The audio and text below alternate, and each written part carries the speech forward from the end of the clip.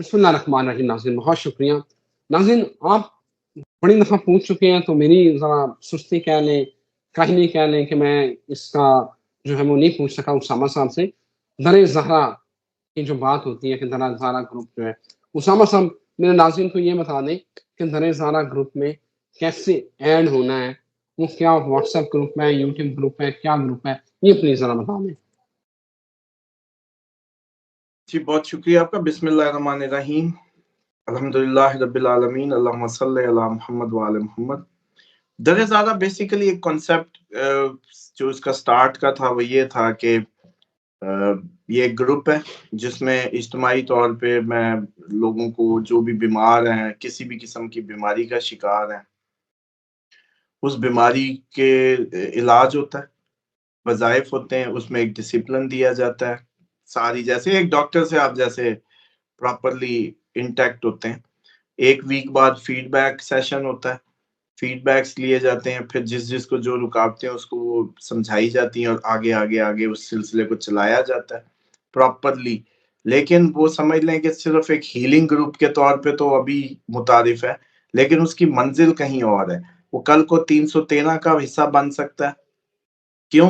क्योंकि जिन लोगों ने अल्लाह ताला से तवक्कल मजबूत कर लिया, इस ग्रुप के ज़रिए जो पहला फीचर हम देख रहे हैं जो फीडबैक्स में, अब कल परसों माशाल्लाह जो फीडबैक्स आए, अब 100% लोग जो ठीक हो गए, उनको एक अलग ग्रुप में ट्रांसफर कर रहा हूँ मैं, जो इस ज़रिए से 100% हो गए। यानी कि उन्होंने ज़िंदगी को अल्लाह ताला के होने को अमलन विदाउट दुनियावी मेडिसिन और चीज़ों से वो महसूस किया, और उस ताल्लुक का जो अब इनका ताल्लुक बना है, अब इनको जब इन्होंने शिफा ले ली तो कई और चीजें भी ले सकेंगे।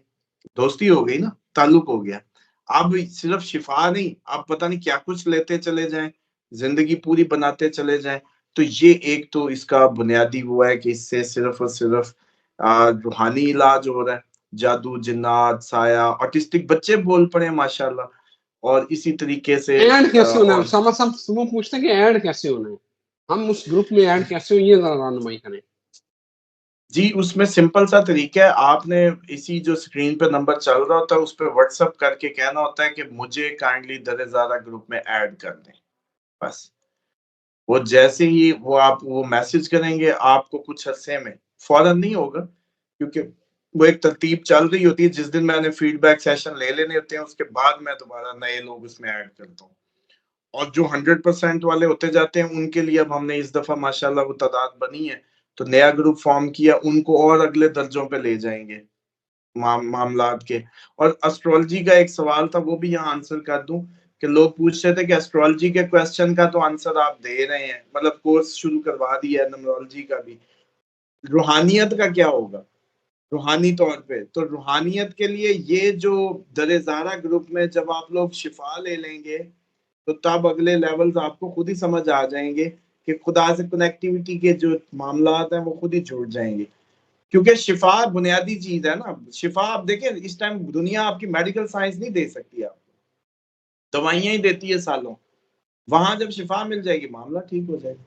तो इसलिए दर-ए-ज़ारा का कांसेप्ट ही ये है। और उसमें दूसरा कांसेप्ट ये है कि उसमें हम क्योंकि बीबी पाक फातिमा-तुज़-ज़हरा सलामुल्लाह अलैहा की निस्बत से सदकात भी करवाते हैं, नवाफिल भी पढ़वाते हैं, चीज़ें भी करते हैं, और क्योंकि अमलन फिर रिजल्ट भी मिलते हैं, तो इसलिए फिर नाम भी उन्हीं की निस्बत से था। आगे हो सकता है ये ट्रस्ट में बदल जाए।